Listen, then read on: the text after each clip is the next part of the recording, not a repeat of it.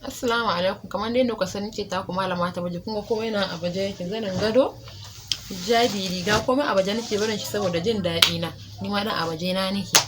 Zan yi bayani ne, darasin da na kawo muku shine akan hawa bakwai.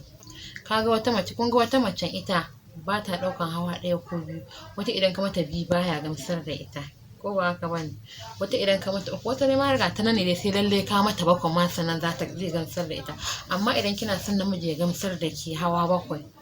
to dan Allah kun gani tunda nake ban taɓa samu wanda ya ma hawa bakwai ba ko? Amma to dan Allah da na samu kun ga zan iya bada amsa daidai da yanda ya kamata, to amma gaskiya ban samu namijin da ya taɓa min hawa bakwai ba, to ban san daga inda zan bullo muku ba, ko ba haka ba. To amma wasu matan sai in ji suna labari ko irin can ko wasu can irin dai daban haka suna cewa gaskiya ita namiji in ya mata hawa ɗaya ko biyu ita wallahi bai gamsar da ita, sai dai wata ta ce dan Allah ke da ya miki in kika ji ban wasar da ke ba ƙara jawo shi kina liliya shi,